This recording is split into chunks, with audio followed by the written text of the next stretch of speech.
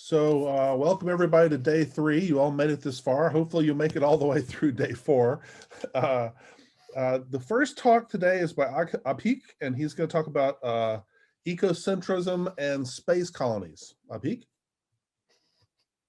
Thank you, Kelly, and good evening to everybody from my place, and must be good morning at yours. Okay, I would just go to share my one slide that I have. Yeah.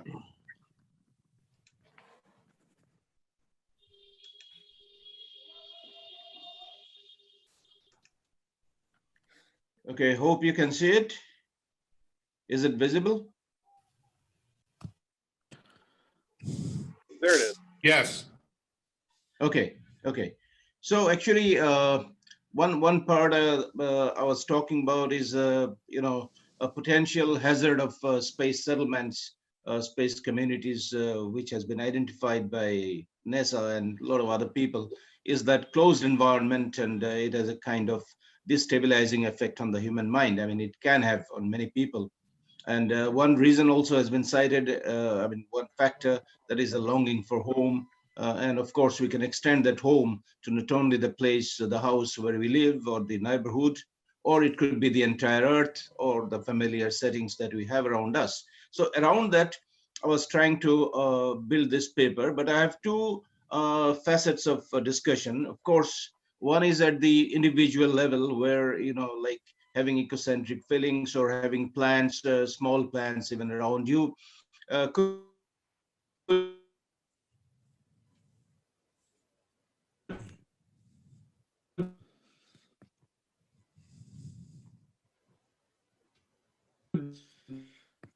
Abhik, you're having some audio problems.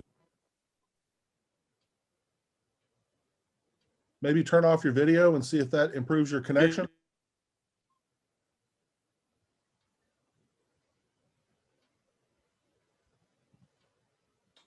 Have we lost Abhik?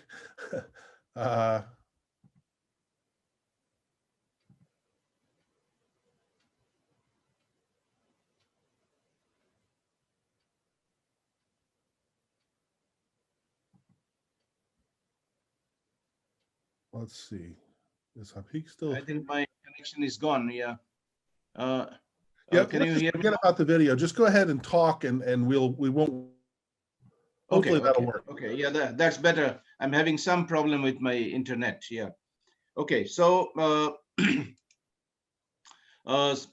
So basically, I was thinking about that, and therefore I'm talking about ecocentrism, going beyond biocentrism, because in many of the worlds that where we might go, whether it's Mars or Moon or even other place, there may not be very much discernible, at least higher life. There may be some microbes. But there could be very interesting landforms and geological features, very unique to that planet or that body. And therefore, we need a kind of ecophilia. Biophilia has to transcend to ecophilia, and of course, to finally to cosmophilia. And therefore, that could be, ecocentrism could be a good philosophical, support system for or orientation for people who'd sort of opt for going to space or potential space travelers. And also it will improve the psychological stability at the individual level.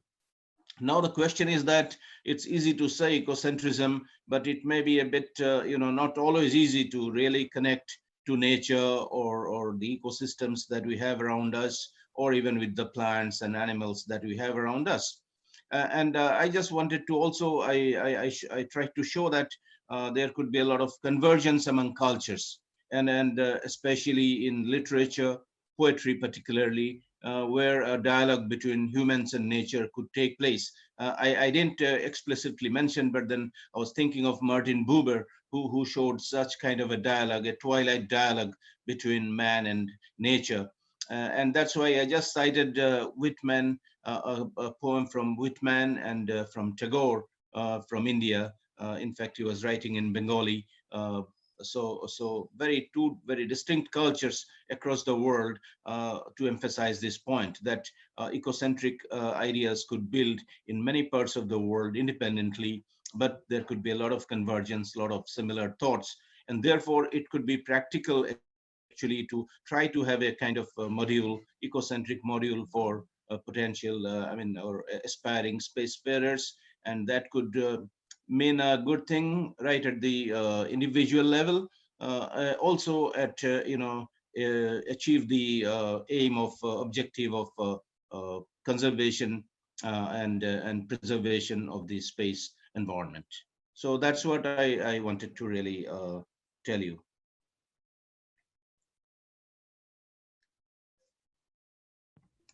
Okay.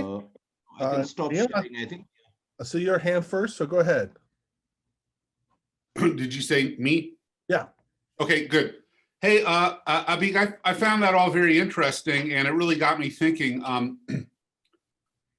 teach environmental philosophy, and we talk about the various extensions from going from just animals to including all life to even including entire landscapes.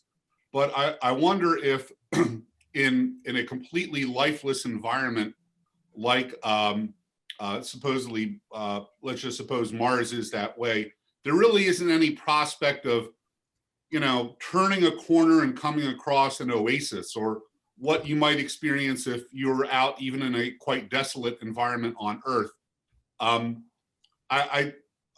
You might be right that people could identify with sterile landscapes like that by going on sort of, nature walks in effect. But I wonder if the lack of life or native life anywhere might be an impediment to actually having that kind of identification. Yeah, of course. It won't be easy, as I said. It won't be easy because in a kind of featureless sometimes environment like that. But again, each of these planets or even asteroids, whatever, they'll have their own features and kind of their own geology, I believe. And there could be valleys and plains and even mountains, and only these will be lifeless without any plants or without any visible signs of life. But we could also identify with landforms if we go from biophilia to ecophilia. Of course, it won't be evolution. Uh-oh. You cut out again. Turn off your video, Abhik. Just turn off the video entirely. Let's see if I can do it. Stop video.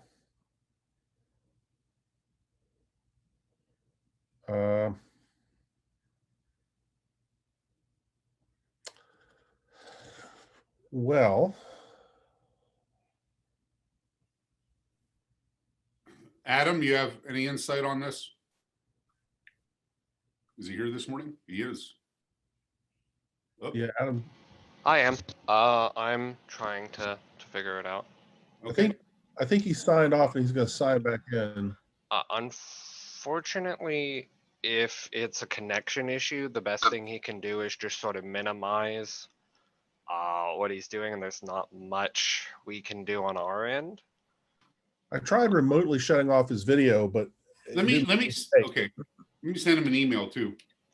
He could, if he's having serious issues, he could use the phone connection into Zoom and call in and answer his questions there, and then try to video in as a participant later.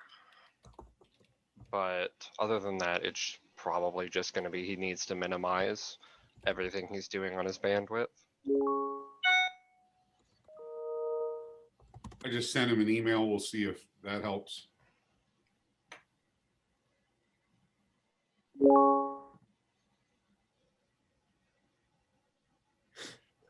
Well, I don't see any reason why we can't talk about his paper, even if he's not here. When he comes back, we can brief him on what we talked about.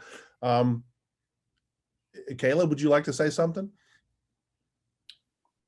Yeah, my question was just going to go off of Neil's basically, like, given the difficulty of cultivating the ecocentric attitude, like in space environments, I was going to raise the possibility, per our paper, of genetically engineering or inducing a more ecocentric attitude. So sort of genetically enhancing the psychologies of space settlers to make them more predisposed to appreciate space environments. Okay. Anybody want to discuss that? Sounds rational. Sounds Admittedly, rational. Can I make admittedly a little unaesthetic Hey, from can our I current just Terran-based ask- tastes. Can I ask one other thing related to my earlier question? I know that there's a whole literature on this. It's environmental psychology. How important are things like, okay, seasons, sunrises, sunsets, and will the absence of that stuff just be debilitating? I just don't know. Oh, sunrise, sunset's very important. The circadian rhythm, it's extremely Okay, important Abhik is as back. actual sunlight Can I- itself. Hello, Oh, Abhik. good. I wonder if the sort of salving nature of nature is kind of overdone. I mean, I'm living here in a beautiful part of the world, mountains, woods, blue skies, absolutely fantastic. And I cannot wait to get back into a city. And I, and have part of the life there. Toro, when he talks about, he did not live in that cabin all his time. He was in the town of Concord every other day, practically, drinking and laughing it up with his friends and his family. I think we overdo this sort of nature is solving every single mental problem for us. I think, just my own view. I agree there are city people who don't give a fig about nature. That is undoubtedly true. I liked his suggestion that you could maybe get psychological comfort from a houseplant. Personally, I think that's going to be a rare person that can really get significant psychological comfort from the houseplant. And my guess would be if you picked those kinds of people for space missions, it might make the situation worse, because people are able to connect with a houseplant are likely to be way more connected with other aspects of the Earth's ecosystem, most of which are not available. So it doesn't look like Abhik is able to interact with us. So I guess we'll just continue to talk about this general topic, and hopefully he'll get connected again at some point. Sherry, did you want to weigh in there? Yes, I'm sorry about my camera. It's not happening yet to this morning. So like I have killed many houseplants. Like houseplants, they just sort of come into my life and then they die.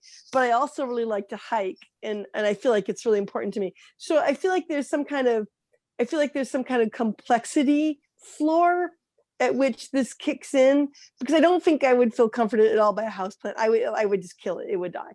But if I had several houseplants, if there was some kind of ecosystem with some kind of minimum of complexity, then I feel like that would work for me. But I wonder where that line is between the houseplant that I will let die because I'm a bad human, and enough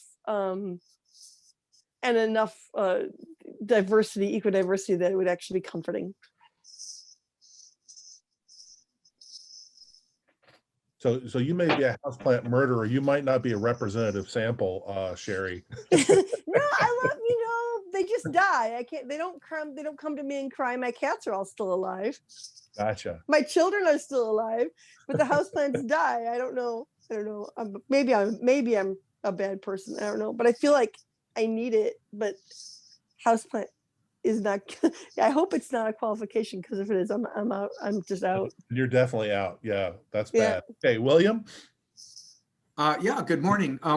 When Sherry was talking, it reminded me of the movie Silent Running, which is sort of a classic for its theme, which is very different than much other of that genre. But also, I don't think anything was mentioned about robotics as companions. And of course, they've, as companion, quote unquote, animals, they can be very important for some people. Yeah, and it seems like the trend in robotic research is to make them better able to sort of socially interact. So who knows where that's going to go in the next 20 years or so. Sabina? Yeah, I wanted to add to the houseplant subject. You will see in my lecture that I work together with a company. It's called Solaga. They are dedicated to experiment with algae. They produce some algae carpets to improve air quality, and they are working together with artists to find a way to decorate walls with this algae carpets in a proper way, yeah, for improving the air quality in the rooms. The problem is that you have to hold it wet all the time, and yeah, but it's a nice project, interesting project. Interesting, interesting. Ted? Some years ago, I and some colleagues visited the Biosphere in Arizona with the University of Arizona people, and they had experimented by putting 6 people in the Biosphere for 1 year, and that included all the plants and everything else that's necessary to sustain life. And after 6 months, they had to abandon the experiment. We talked with a couple of the people that were subjects, and they said we had to abandon it or we'd kill each other. The human relations couldn't be sustained for 6 people for even 1 year, even though they had everything in their interactive environment that they needed biologically. Interesting, interesting. Anybody else want to weigh in? Oh, Jason, I see you got your hand up. Yeah, I think it's interesting to consider what some of the conditions would be here of the ecocentrism, because I think it's both diversity, but also the fact that diversity isn't ours. We didn't make it. I mean, in a sense, we have minimal control over it. I think it's both of those things. It's the fact that it isn't ours, and there's a lot of it. And I think if those conditions perhaps can be met elsewhere, then maybe you might be able to make a case for that sentiment, that kind of configuration of feelings and attitudes proliferating elsewhere. But I just don't see how you'd get those kind of conditions, given the barren environments that we're going to be talking about, to get the diversity. And again, it's not our diversity. In a sense, we kind of inherited, or it's there to be discovered. It's not clear how you could find it. Because I think part of it is the kind of the alterity or the otherness of the world we encounter. Even though obviously aspects of it are artificial, we can, create domes and create nature, but there still isn't the sense that it's really radically other. And I do think that's an important part of it. But I'll stop. Yeah. Kelly, can you, Abhik says he can hear us, but he hasn't spoken. Can you, on your bottom left of your Zoom, do unmute and then do stop video, and can you talk now? Abhik?